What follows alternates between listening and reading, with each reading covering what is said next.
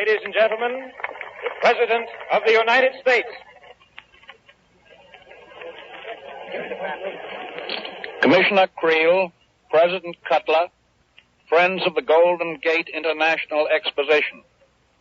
It is a far cry from the delightful little city of Key West to the Golden Gate.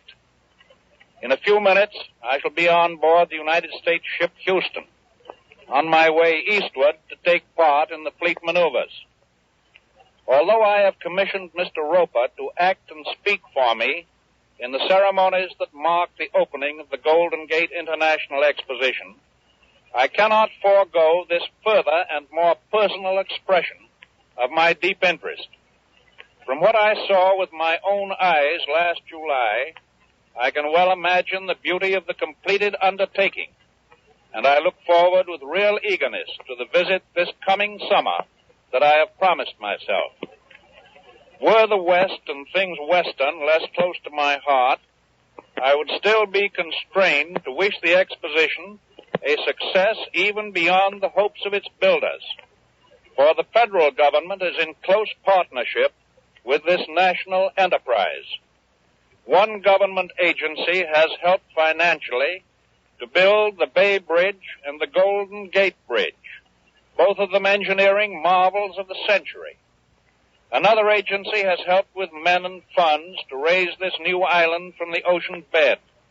And still another has assisted in the construction of the hangars and other buildings that will remain when the exposition ends, and the site reverts to its intended purpose, a great permanent airport, immeasurably helpful to the commerce of the Pacific coast, and a vital and integral part of our national defense.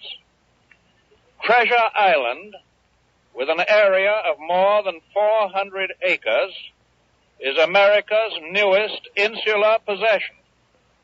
It is an outstanding example of territorial expansion without aggression. I am quite open and unashamed in my liking for expositions. They perform a distinct service in acquainting people with our progress in many directions and with what other people are doing. They stimulate the travel that results inevitably in a larger degree of national unity by making Americans know their America and their fellow Americans. I have never thought it unfortunate that New York and San Francisco picked the same year for their world fairs. Instead of one incentive, people have two. And it is my sincere hope that 1939 will witness a swing around the whole American circle that will give some realization of our resources and our blessings, and more important, emphasize the essential unity of American interests. Getting acquainted with the United States is about as good a habit as I know. Furthermore, the San Francisco and New York World's Fairs do not in any way duplicate each other. Their themes and their exhibits cover different fields, make different appeals. Most decidedly, if you have seen one, you have not, in effect, seen the other also. The 11 Western states who are partners in this exposition constitute a great area which is of incalculable importance to the prosperity of the United States.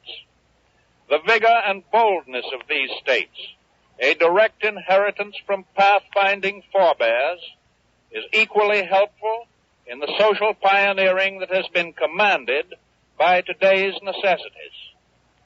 Many times, in the elaboration of what I call the good neighbor policy, I have stressed the point that the maintenance of peace in the Western Hemisphere must be the first concern of all Americans, North Americans, Central Americans, and South Americans.